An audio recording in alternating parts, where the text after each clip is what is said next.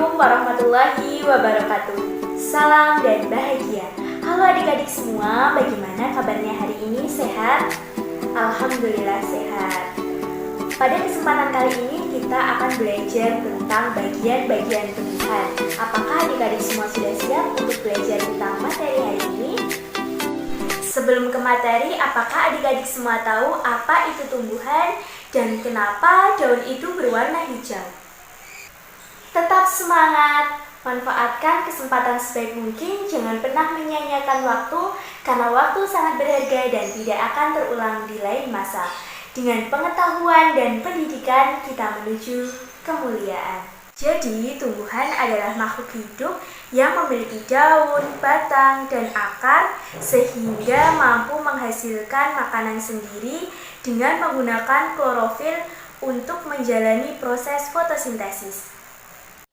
Bagian-bagian tumbuhan sendiri ada akar, batang, daun, bunga, buah, dan juga biji.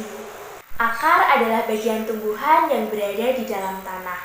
Selain berfungsi sebagai penopang berdirinya tumbuhan, akar juga berfungsi sebagai pencari nutrisi dari dalam tanah yang akan dibutuhkan tumbuhan seperti air dan juga zat hara. Struktur akar terdiri dari rambut akar, epidermis, korteks, phloem, xilem, dan yang terakhir adalah meristem akar. Jenis-jenis akar ada akar tunggang, akar serabut, akar pelekat, akar gantung, dan juga akar tunjang.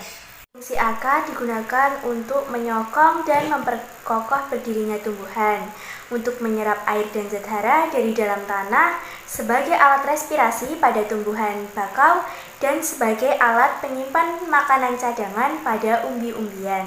Batang merupakan salah satu dari organ dasar tumbuhan berpembuluh. Batang adalah sumbu atau digunakan sebagai organ lain untuk menempel.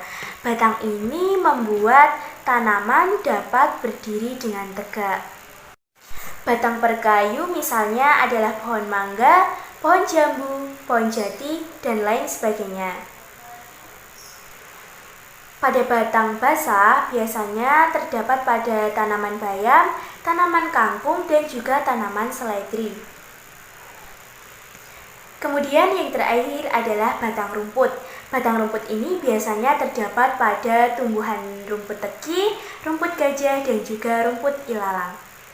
Fungsi batang adalah sebagai penopang tumbuhan sehingga tetap berdiri tegak, kemudian sebagai tempat pengangkut air dan unsur hara. Kemudian yang ketiga adalah menyalurkan zat makanan dari hasil fotosintesis untuk diedarkan ke seluruh tumbuhan.